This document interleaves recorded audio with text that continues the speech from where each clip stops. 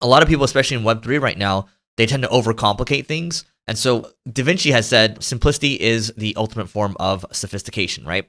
And so how do you simplify your messaging, and how do you make it very clear where if you say it in one sentence or a couple words, people just get it?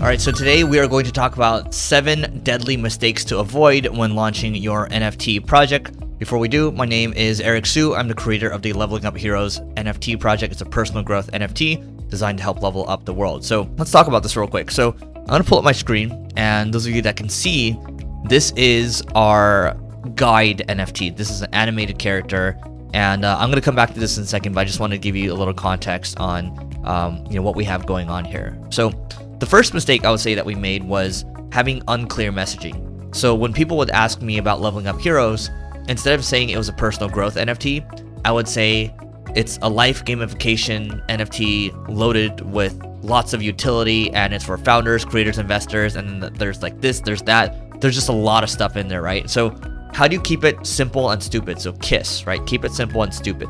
A lot of people, especially in Web3 right now, they tend to overcomplicate things. And so Da Vinci has said simplicity is the ultimate form of sophistication, right?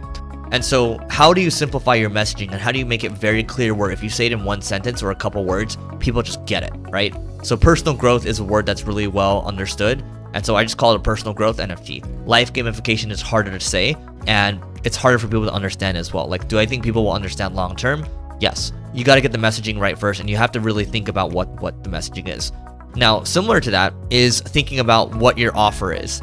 And so in the very beginning, our offer was not necessarily a no-brainer. So we actually had 3 different tiers, right? And so we had a magical tier, we had a unique tier, and an epic tier. And within those, there's different sets of utility, right? And I want to rewind back to number 1 real quick, talk about unclear messaging. We had too many offers, right? And so when you think about a menu, when you go to a restaurant, when you have too many things going on, then it's hard for people to make a decision. The more you confuse people, the more they're going to want to go elsewhere. And people just don't have the time. Don't make them think. It's a good book, by the way. Now, going back to number 2. So thinking about a no-brainer offer. So what we ultimately did was we said, you know what? Let's remove the middle tier, the unique tier, take all the benefits that tier has, and just move it to the first tier, which is the magical tier. And basically what we did was we took our business course worth $2,500.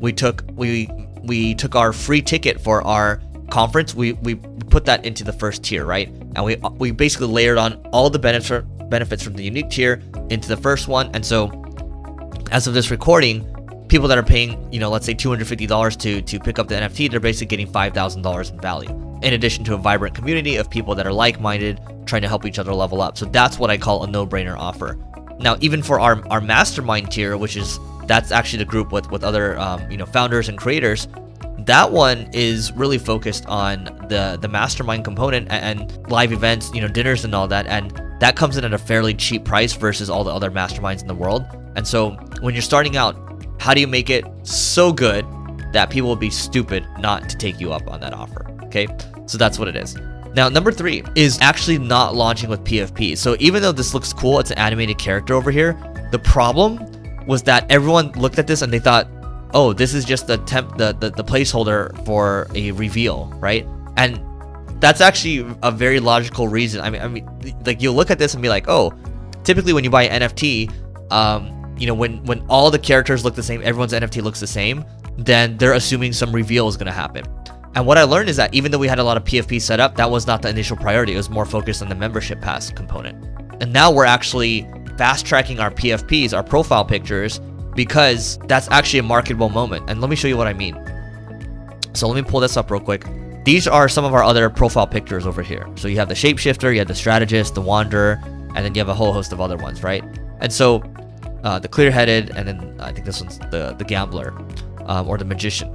My point of saying all this is that imagine we had these characters and they were differentiated up to 10,000 or so, or 8888. So if we had these differentiated, more people will be tweeting about them, more people will be sharing about it, more people will be talking about it behind the scenes. Because I'm in a lot of these different alpha groups, and if you keep sharing the same picture over and over, like, the novelty effect wears off. But when you have a uniqueness that's tied to it, it's more of a marketable moment because more people want to share it because it's tied to what they own and it's unique and it's scarce, right? So I think we missed on that one.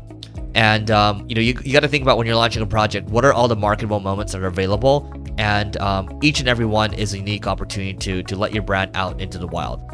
So that's what I would say. Now, number 4, I would say waiting too long to launch. And so, I had started to already talk to people about the project in August, maybe even, the month before in July, but I had started to already talk to artists in August, but I think I was probably, again, looking in July. And so we didn't launch until March of 2022, mainly because I had business priorities to tend to, and this was more of a kind of a for fun project, right? And I would say, now that I think about it, my mission in life is to level up the world, and leveling up is actually very important to me, which is why I own the domain as well. And so, we should have launched this sooner and, push the pace a lot faster. Because now, we're launching it in the middle of, there's like a, crises happening around the world, and the world's generally a shakier place right now, and that's not a good thing, right? The last thing people care about should be NFTs, and I do agree with that. And so, I think it's just launching quickly or quicker to also push the pace as well for the team is huge, right? So that's what I would say. And the next thing too is not doing enough collabs, right? And so what I mean by that is when I think about the collabs that we've done, so I'm gonna pull up my screen again over here so we can look at my Twitter, right? We'll do things like we'll do giveaways, right? Or like, hey, once this tweet gets 500 retweets, we'll give away, Discord roles and all that, right? So these are just an example of some of the collab partners that we had. So you can see Alien Friends, Doodles Alpha, Fortune Friends Club, Y Whales, Illuminati, Knights of Degen, WoW Alpha, 8chin, Capsule House. So my point of saying all this is that we did a really good job with collabs in the last 7 to 9 days leading up to launch, but I think we should have done it for the last 4 weeks leading up to the launch, and that would have been a lot better.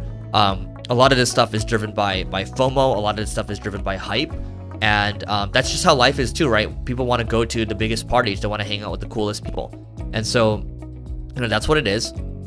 I personally don't get a lot of energy from that type of stuff in real life, which is why I didn't put as much emphasis on it until we decided that we had to delay the launch by 2 weeks because we hadn't built up the collabs that we wanted. So I would say instead of 1 week before, blitzing 4 weeks before on the collabs and hitting them hard, right? And the next thing I would say too is, when I think about the team that we built, right? So you can see here, this is part of our team, right? And I would say, we have more people on the team too, but sometimes when you put something together, not everything's going to work out. And usually when you hire people, you're lucky if you get it right 50% of the time.